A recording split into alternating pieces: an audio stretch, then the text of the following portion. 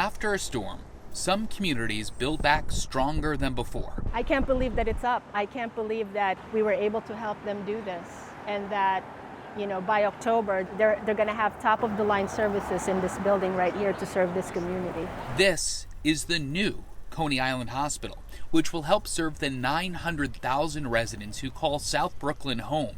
In 2012, it was the hospital that needed help when Sandy flooded the facility. During the storm, they elevated a lot of the patients, and immediately after the storm, when they were able to pump out the water, they basically had to evacuate everyone.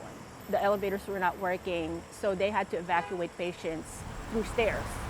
It took time to fully understand the scope and magnitude of the impacts of Sandy. When I came back to the office and when we had started basically understanding the kind of impacts Sandy had on the public healthcare system, that's when I found out through some of our leadership in the office basically mentioning that there were actually 4 major hospitals in New York City that are publicly funded, devastated by Sandy. It was all hands on deck for the Arcadis team, who had to assist on multiple FEMA application grants. Because it's just not the application, right? It's really justification for the work that we're doing, coupled with engineering as to how to basically describe that in some sort of a concept design.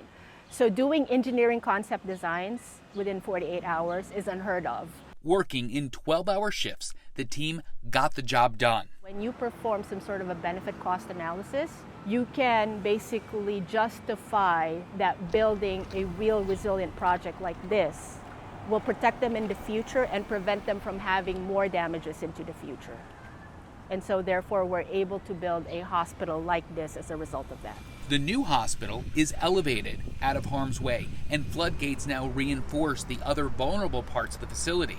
The total cost of this brand new state-of-the-art hospital, $750 million, a large sum, but only a small part of the total funds secured by the Arcadis team. We do support developing implementation strategies, and there's a lot of projects post-Sandy that we did that for, and we went and doggedly pursued the funding for quite a lot of projects. I think since Sandy, we've helped fund close to $5 billion worth of resilience-related improvements, and about $4 billion of that is within this metropolitan area. With climate change, storms are becoming not only stronger, but also more frequent, and there is more money available to prepare for our new normal. Pre-Sandy, you look at the pre-disaster mitigation program, and we were excited for there to be $150 million available nationally, competitively, for resilience-related projects. And this year, through one program, we're looking at $2.3 billion available nationally, competitively, and that's just one of the programs. To me, that's a sea change. While we're moving in the right direction, a lot more needs to be done. I think right now the US sits at 12 events that cost the government over $1 billion US dollars. So investing in resilience pays off. Flood resilience, drought resilience, preparation for extreme heat, water supply. Investing in those kind of measures pays off. We see that at all low-lying coastal environments, if you don't prepare and big storms hit, you are in trouble. And you are in trouble as time evolves, as sea levels go up. The cost will go up exponentially. With 128 million residents living along the coastlines of the United States, there's a significant amount of work left to do.